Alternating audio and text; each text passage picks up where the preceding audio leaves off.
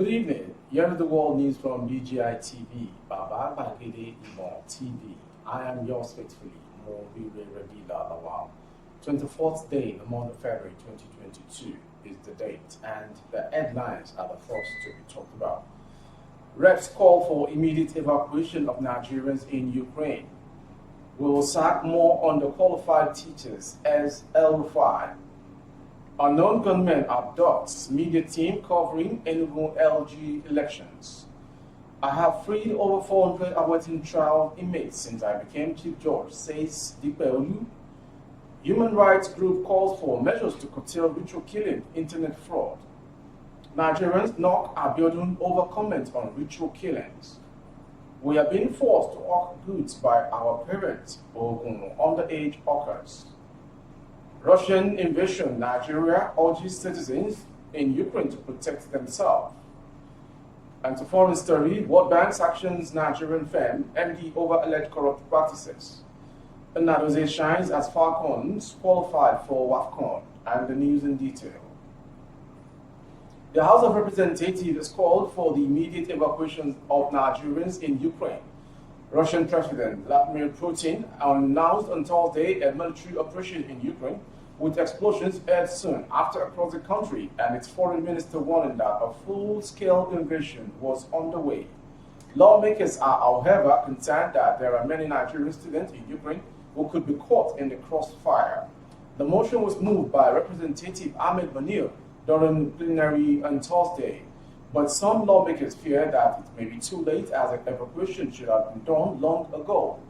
The Speaker of the House of Representatives, Femi Gbadabiamila, agreed with the lawmaker, Like Abejide, to interact with the chairman of Air Peace, Alan Oyema, to evacuate Nigerians from Ukraine on Monday, February 28th. The House Committee on Foreign Affairs has been mandated to liaise with the Foreign Affairs Ministry. Shortly after Putin's announcement, explosions were heard in Ukraine's capital, Kiev, and several other cities. Weeks of intense diplomacy and imposition of Western sanctions on Russia failed to deter Putin, who had massed between 150,000 and 200,000 troops along the borders of Ukraine. Putin called on Ukrainian soldiers to lay down their arms and justify the operation by claiming the government was overseeing a genocide in the east of the country. The Kremlin had earlier said rebel leaders in eastern Ukraine had asked Moscow for military help against Kiev. From that story, we move straight to the next one. The governor of Kaduna State, Nasir El-Rufai, has said his administration will sack more underqualified secondary school teachers across the state this year.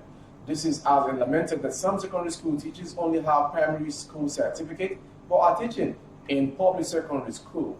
El-Rufai said these on Thursday morning during the weekly ministerial briefing organized by the presidential media team. He revealed that his government has hired more people than it has sacked in the last 5 years. We have had over 40,000 civil servants in the last 5 years, most of them being nurses, midwives, and teachers, the governor explained. He said at the time of the briefing, 7,700 qualified secondary school teachers have been employed and would be deployed once it is done purging secondary schools of underqualified teachers. The former FCT minister explained that his overarching goal is to raise the standard of the school in Kaduna, one he can be confident enough to send his son to. So another terrifying story. The news crew of the Enugu State Broadcasting Services, ESBS, who were covering the 2022 local government elections were abducted and later released by unknown gunmen in the state. Platform Times gathered that the media team comprised a driver, cameraman, and 3 reporters. Also with them was a reporter with the news agency of Nigeria now. 2 of the ESBS reporters, Chiamaka Eziakuta and Chigozie Alex Nwafo, and driver Ebuka Obozo, however, escaped the abduction. The driver and one of the reporters, Mrs. Alex Nwafo, they were attacked at Obiagu in Enugu South local government area on their way to Agbani in Kano West local government area, but were said to have narrowly missed being killed. The duo said that the whereabouts of the other 2 members of the station, Mr. Fred Energy and Mr. Monday Ogodo, were unknown even as their phone lines were switched off.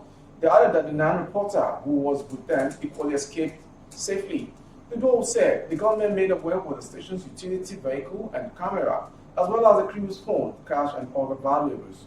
The newly elected chairman of Nigerian Union of Journalists, NUJ, Mr. Sam Udekwe, disclosed that the two abducted journalists were later released but were rushed to the hospital for treatment.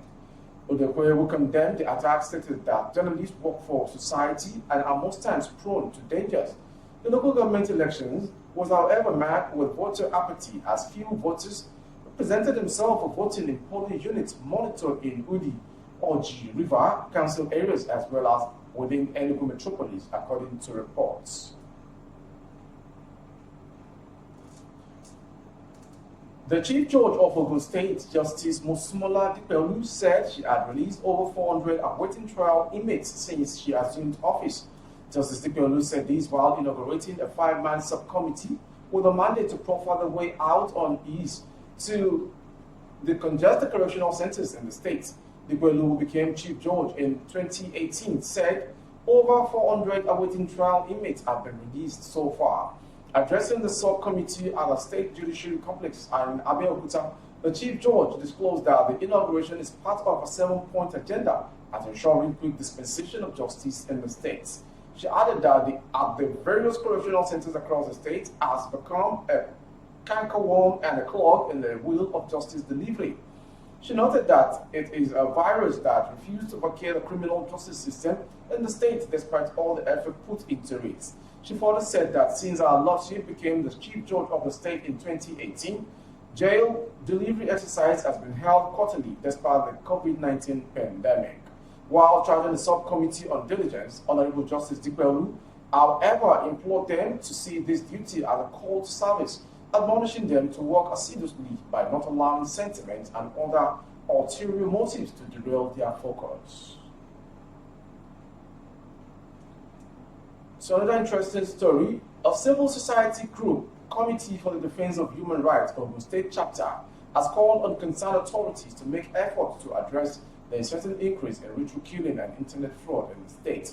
Platform Times report that the group in the walkout on Wednesday carried placards with various inscriptions such as "Kidnapping is a crime," "Stop it now," "Security is our right," "Internet fraudster destroys our pride," "Shun ritual killing," "Protect human rights," and "Prioritize security in Nigeria." The human rights group declared that ritual killing, kidnapping, internet fraud, drug abuse, and other social vices are against humanity. CDHR, in coalition with Human Rights and Grassroots Development Society, HRGDS, condemned the increase in social menaces in the states, adding that the government needs to rise to the occasion. Speaking at the campaign, Comrade Yinka Folari noted that the increase in ritual killings in the state is worrisome, therefore demanding the urgent need to act against it. Comrade Folari stressed that curbing social menaces demand for collective effort from both the parent, state, and federal governments. He further stated that social vices will hinder the growth in the political, social, and economic system of the country.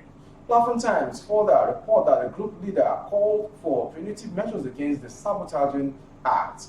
Right to life is a fundamental right of the people. It is germane to the survival of any nation, economic growth, and even our peaceful coexistence. Comrade Folani added that parents should also properly upbring their words, stating that it is vital for a better society. Still in Ogun State, some Nigerians who are Twitter users have knocked Ogun State Governor Dapo Abiodun over his comment on his Twitter handle on Wednesday on the spate of ritual killing in the state. The governor took to the internet threatening that whoever is caught engaging in ritual killings will be punished by law. But his tweets, however, went to the wrong side of some Nigerians who asked him to caution politicians that swindle public funds first. The governor had made a tweet which reads, "Let me warn again, for the opt-ins that anybody caught engaging in ritual killings and other crimes will be made to face the wrath of the law." Reacting to the governor's tweet, one Olowo Okere Owolabi tweeted, "What about politicians stealing our money? He said nothing about that. No good education, no good hospitals, no plan for future youth. We that are ready to work, no get job to do. What does the future hold for us?" Emmanuel tweeted, "Cool story. What happens to the ones who refuse to construct good motorable roads and complete abandoned ones and give other basic amenities? Abuja. Big spicy. Is this law applicable to politicians looting public funds?" Happiness, there is no ritual killings bigger than looting of public funds. Create jobs for the youth, and ritual killings will die in a natural death. Still in Ogun State, some underage children working in some parts of Ogun State have blamed their parents for their plight. Some of the children who spoke with Platform Times lamented that their parents are responsible for the hindrances limiting them from going to school. The children who have become the street hawkers said they face a lot of challenges while hawking during the school hours. One of the street hawkers identified as Taiwo Balogun said, "I am 17 years old, and since I left primary school, I have not had the opportunity to be in school. I sell pure water and drinks in order to support my parents because my father is a carpenter and the little money generated is used to send my other siblings to school." Another teenage hawker who did not disclose his name said, "I am 10 years old and I hawk to feed myself and my 2 other siblings. Since my father has left home since 3 days ago and my mother has traveled, the money I obtain from what I sell today is what we will use to eat and go back home." To a foreign slap Nigerian story, the Nigerian embassy in Ukraine has urged citizens in the country to remain calm and be responsible for their own personal security. It advised those who want to relocate to a safe place to ensure that they validate all their resident documents for ease of return to Ukraine when they desire. This was contained in a statement on Thursday following the declaration of state of emergency and martial law by the Ukrainian government over the invasion by Russia. The statement reads, "The attention of the embassy has been drawn to a declaration of state of emergency and martial law on the territory of Ukraine, except the Donetsk and Luhansk regions by the government of Ukraine, effective from midnight of February 23rd, 2022 for a period of 30 days, as well as the latest development on the Ukraine-Russian crisis. These are preventive measures aimed at ensuring that the country remains calm and the economy continues to function uninterrupted while it lasted. In view of the development, the embassy urges Nigerian nationals resident in Ukraine to remain calm but be very vigilant and responsible for their personal security and safety." The embassy wishes to add that should any Nigerian national consider the situation as emotionally disturbing, such national may wish to relocate to anywhere considered safe by private arrangement.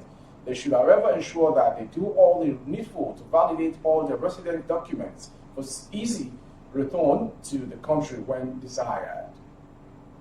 And moving to our very foreign story of the news this hour, the World Bank has sanctioned AIM Consulting Limited, a Nigerian consultancy company, and its managing director, Amin Museli, for alleged corrupt practices.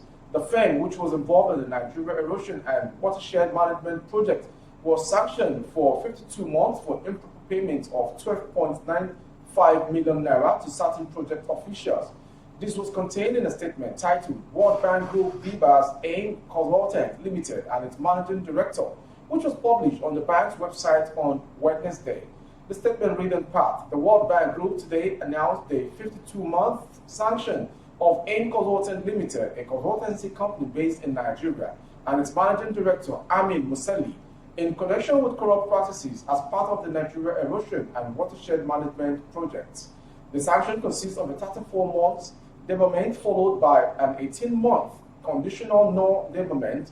The debarment make AIM Consultant and Museli ineligible to participate in projects and operations financed by the World Bank Group.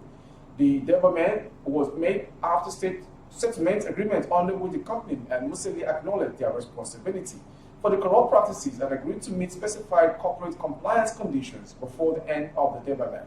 After the 34-month debarment, the firm and its MD will be able to participate in projects and operations financed by the World Bank Group as long as they comply with their obligations under the settlement agreements."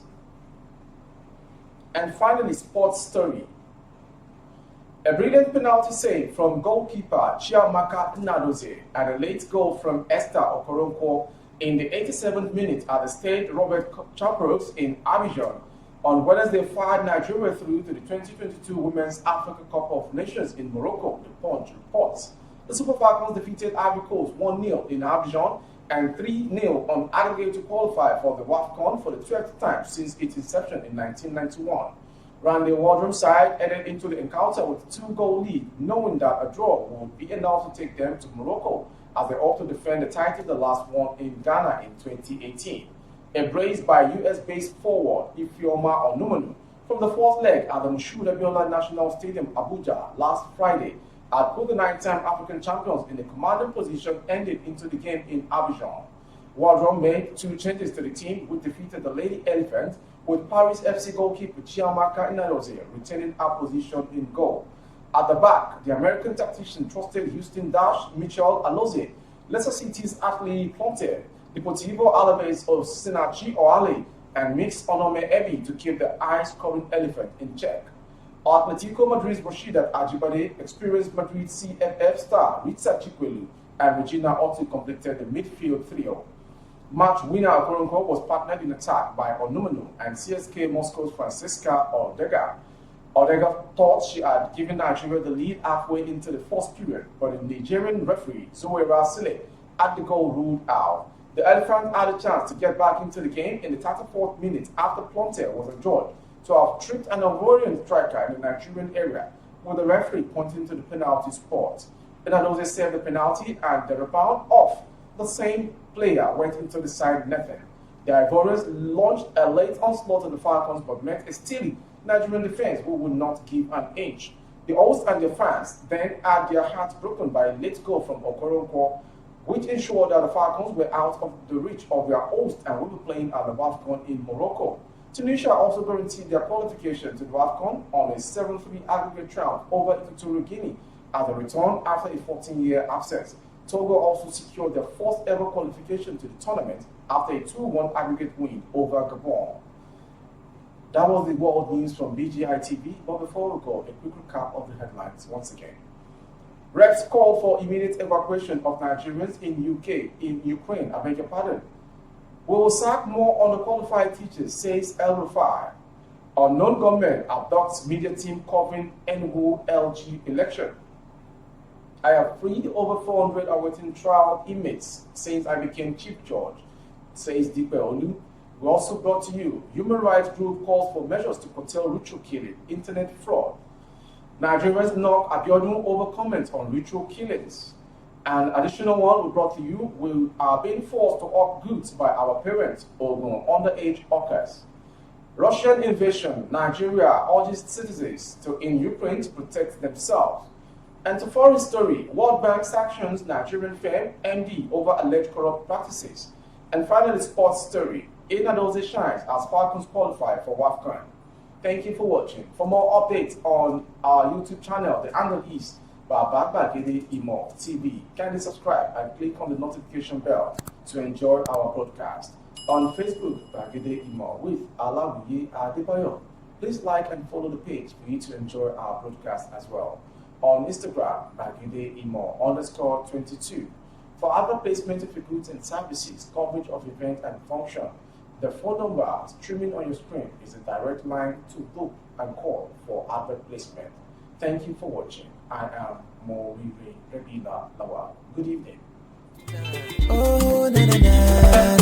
If you want to know what's going on in city, or you want to listen to the latest news and gist, no stress, oh, just tune to BGI TV. BGI TV.